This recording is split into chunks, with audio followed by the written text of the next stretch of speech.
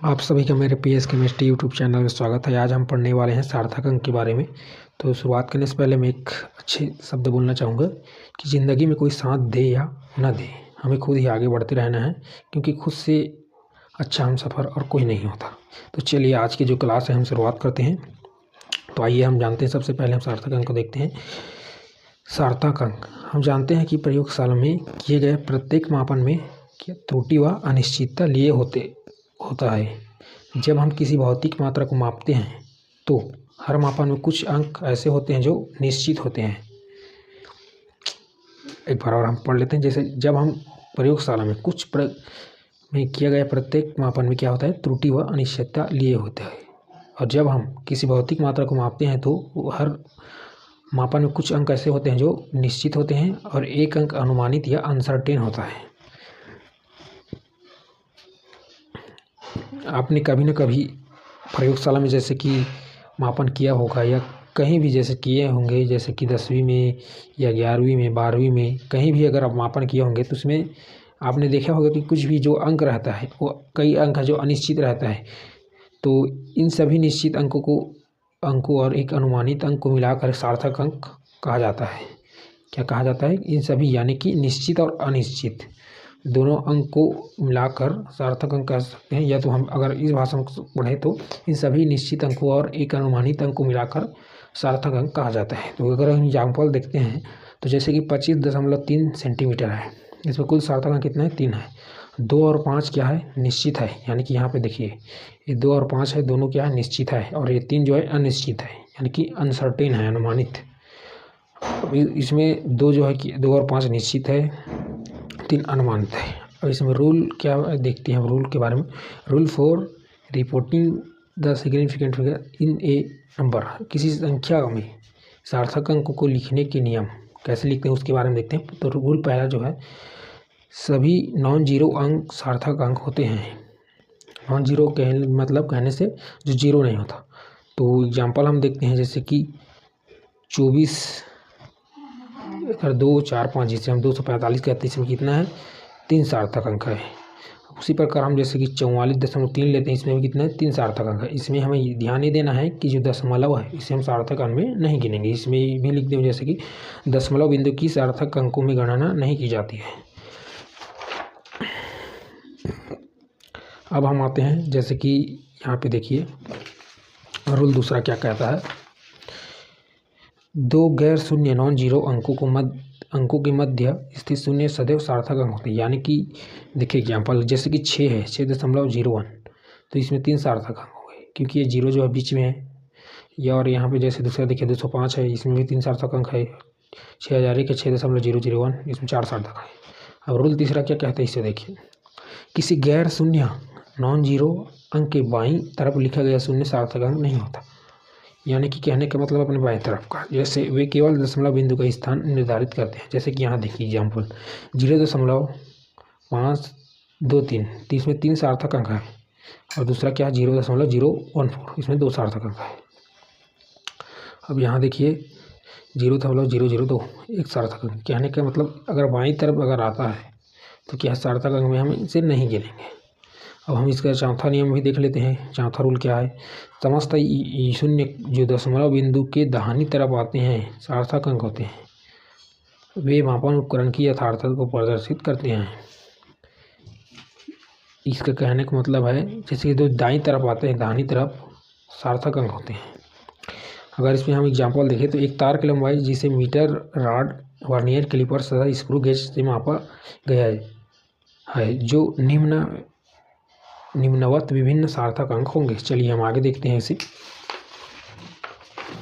यहाँ देखिए, जैसे कि यहाँ पे 0.1 सेंटीमीटर अल्पतमांक वाले मीटर पैमाने पर पाठ्यांक जो है कितना है? 11.0 cm में हो सकता है। तो इसमें 3 सार्थक अंक है।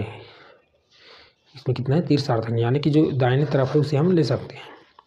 अब इसमें देखते हैं, जैसे 0.001 सेंटीमीटर अल्पतमांक वाले वर्नियर पैमाने पर पाठ्यांक कितना है? 11.00 से नियम हो सकता है। इसमें कितना है? 4 सार्थक अंक है। तो 0.001 से नियम अल्पतमांक वाले पैच मापी पर पाठ्यांक 11.00 cm हो सकता है। इसमें 5 सार्थक अंक होंगे। कैलकुलेशन अगर हम देखें जिसे क्या है, इसे कैलकुलेशन अगर हम देखते हैं तो सबसे पहला जो नियम है जैसे कि क्या है, सार्थक अंकों से संबंधित गणना। तो पहला नियम हम देखते हैं क्या है, जोड़ना, योग करना और घटाना, जिसे इंग्लिश में कहते हैं एडिशन एंड सब्सट्रैक्शन रूल्स। तो आइए हम शुरुआत करते हैं इसके बारे में। जैसे कि देखिए, जोड़ या घटाव के बाद उत्तर में उतने ही दशमलव स्थान रखे जाते हैं जितने सबसे कम दशमलव स्थान वाले मापन हो। हमें उदाहरण से देखते हैं फिर समझते हैं। और इसे यानी जिस संख्या में सबसे कम दशमलव प्लेस यानी कि डेसिमल प्लेस होगी, परिणाम में उतने ही रखे जाएंगे। चलिए इसे हम उदाहरण से समझते हैं क्या कह रहा है उसे। यहाँ पे देखिए, जैसे कि जोड़ अगर हम करते हैं 12.11 और 18.0 और 1.012, दशमलव के बाद एक स्थान है, यानी कि यहाँ देखिए दशमलव के बाद कितना है, यहाँ पे एक स्थान रखा है ना। तो इसे ध्यान देना है। जैसे कि यहाँ पर डबल है, यहाँ 3 है, तो हमें ध्यान नहीं देना है। जैसे कि हम इसे जोड़ते हैं तो यहाँ से 2 का 2 हो जाएगा, 1 और 1 2 हो जाएगा, और यहाँ 1 का 1 हो जाएगा। यहाँ पे 8 2 10 10 11 11 का 1 हाथ में आया 3, 11 हाथ में आया कितना, 1 आया। तो यहाँ पे देखिए जो एक है 1 2 हो गया और यहाँ हासिल था 3 हो गया, 31.122। यानी कि देखिए सबसे जो दशमलव है ना, यहाँ पे 1 के बाद कितना, इसमें 3 है, मतलब जो रहे उसको सभी को लेना है। जैसे इसमें देखिए यहाँ पे 2 है तो हम 2 नहीं, जोड़ने के बाद जैसे इसमें 3 है ना, तो 3 को लेंगे।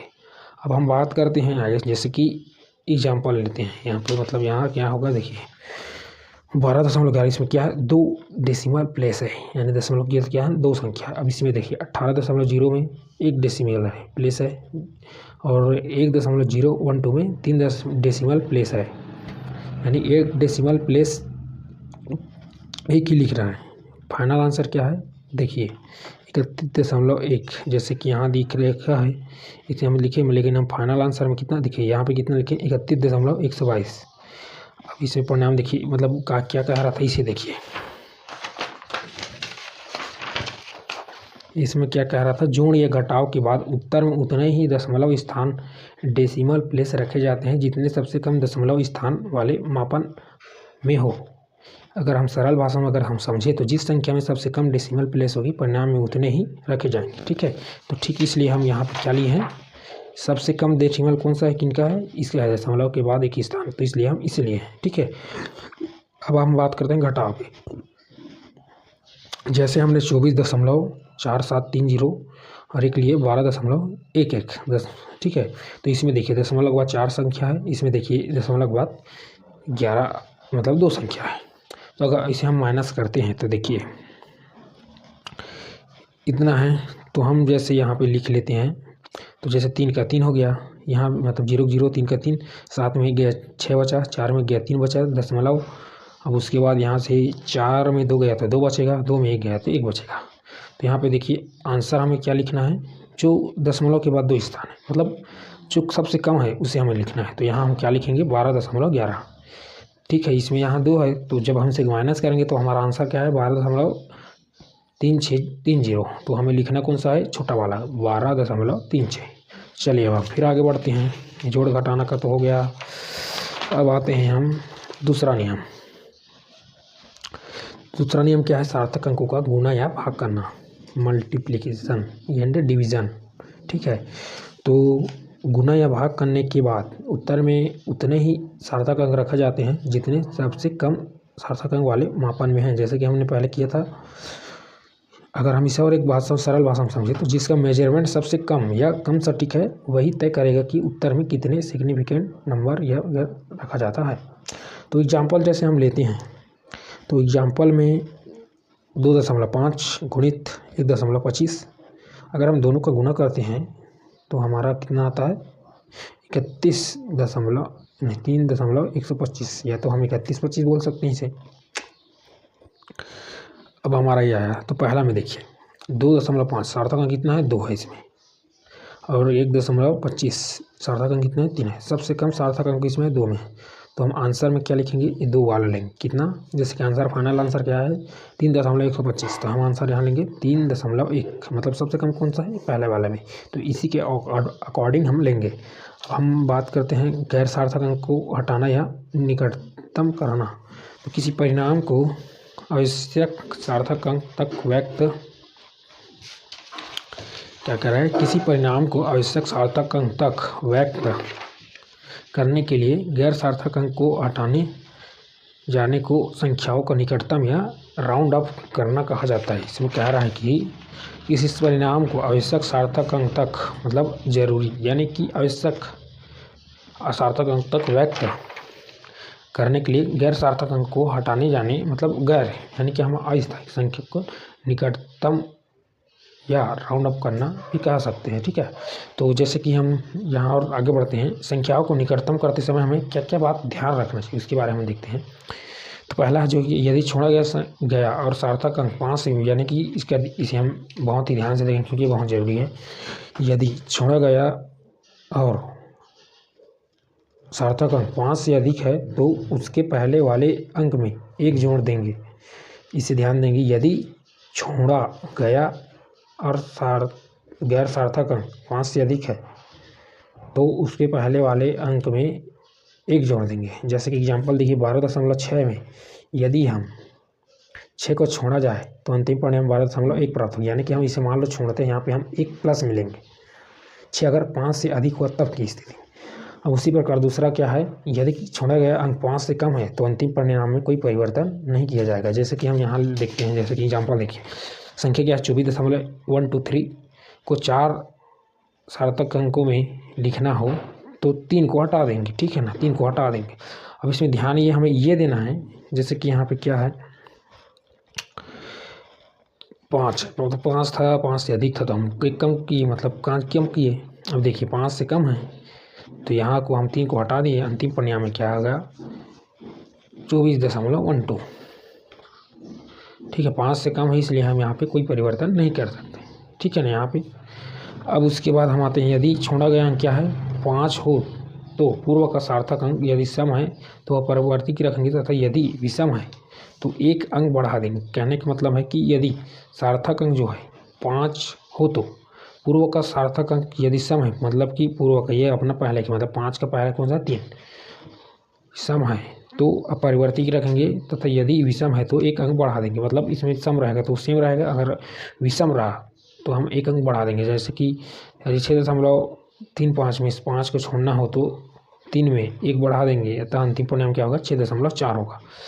और ठीक उसी प्रकार यदि दूसरा में 6.25 में 5 छोड़ना है तो देखिए 5 को हम छोड़ेंगे तो इसमें क्या हुआ, हम क्या पढ़े थे अभी कि सम होगा तो हमें नहीं बढ़ाना है या कुछ नहीं करना है, उसी को सेम लिखना है। ठीक है ना, तो यहाँ पे देखिए 2 है तो आंसर में क्या 6.2 आया। अब हम आज को जो हमारा टॉपिक था क्या था, सार्थक अंक के बारे में। तो आशा करता हूँ आप सभी को यह वीडियो पसंद आया होगा। अभी बीच में ना क्लास को मैंने थोड़ा सा काम के कारण बंद कर दिया, लेकिन अब फिर से हम कंटिन्यू होंगे और इससे अच्छा टॉपिक पढ़ेंगे, बहुत बेसिक से, और अच्छा भी लगेगा। आशा करता हूँ कि यह वीडियो आपको पसंद आए। आप सभी का धन्यवाद।